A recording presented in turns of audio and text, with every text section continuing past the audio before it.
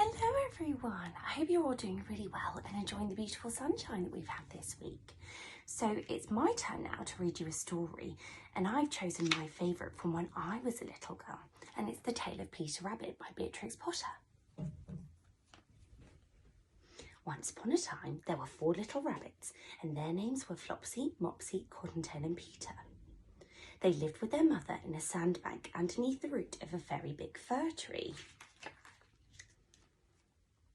"Now, my dears," said old Mrs. Rabbit one morning, "you may go into the fields or down the lane, but don't go into Mr. McGregor's garden. Your father had an accident there. He was put in a pie by Mrs. McGregor. Now run along and don't get into mischief. I'm going out." Then old Mrs. Rabbit took a basket and her umbrella and went through the wood to the baker's. She bought a loaf of brown bread and 5 currant buns. Flopsy, Mopsy and Cottontail, who were good little bunnies, went down the lane to gather blackberries. But Peter, who was very naughty, ran straight away to Mr. McGregor's garden and squeezed under the gate. First, he ate some lettuces and some French beans, and then he ate some radishes. And then, feeling rather sick, he went to look for some parsley. But round the end of a cucumber frame, who should he meet but Mr. McGregor? Mr. McGregor was on his hands and knees, planting out young cabbages, but he jumped up and ran after Peter, waving a rake and calling out, "Stop! Thief!" Peter was most dreadfully frightened. He rushed all over the garden, for he had forgotten the way back to the gate. He lost one of his shoes among the cabbages and the other shoe amongst the potatoes. After losing them, he ran on 4 legs and went faster, so that I think he might have got away altogether if he had not unfortunately ran into a gooseberry net and got caught by the large buttons on his jacket. It was a blue jacket with brass buttons, quite new. Peter gave himself up for lost and shed big tears, but his sobs were overheard by some friendly sparrows who flew to him in great excitement and implored him to exert himself.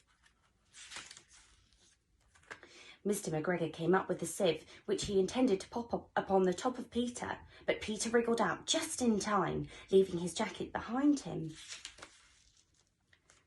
and rushed into the tool shed and jumped into a can. It would have been a beautiful thing to hide in if it had not had so much water in it. Mr. McGregor was quite sure that Peter was somewhere in the tool shed, perhaps hidden underneath a flower pot. He began to turn them over, carefully looking under each. Presently, Peter sneezed. "Achoo!"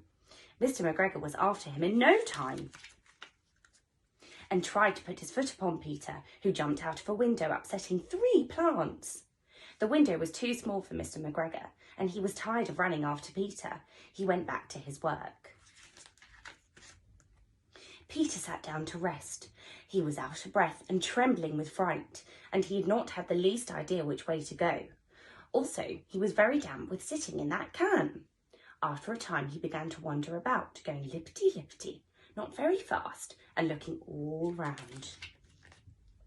He found a door in a wall, but it was locked, and there was no room for a fat little rabbit to squeeze underneath. An old mouse was running in and out over the stone doorstep, carrying peas and beans to her family in the wood. Peter asked her the way to the gate, but she had such a large pea in her mouth that she couldn't answer. She only shook her head at him, and Peter began to cry.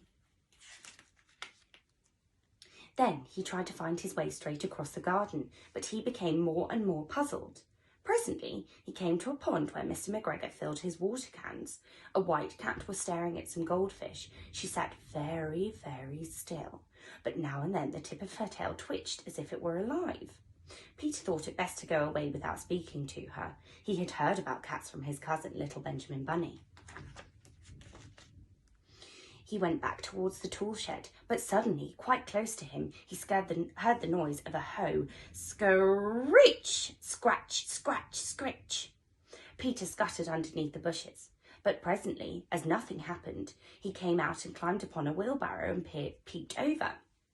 The first thing he saw was Mr. McGregor hoeing onions. His back was turned towards Peter, and beyond him was the gate. Peter got down very quietly off the wheelbarrow and started running as fast as he could go along a straight walk behind some blackcurrant bushes.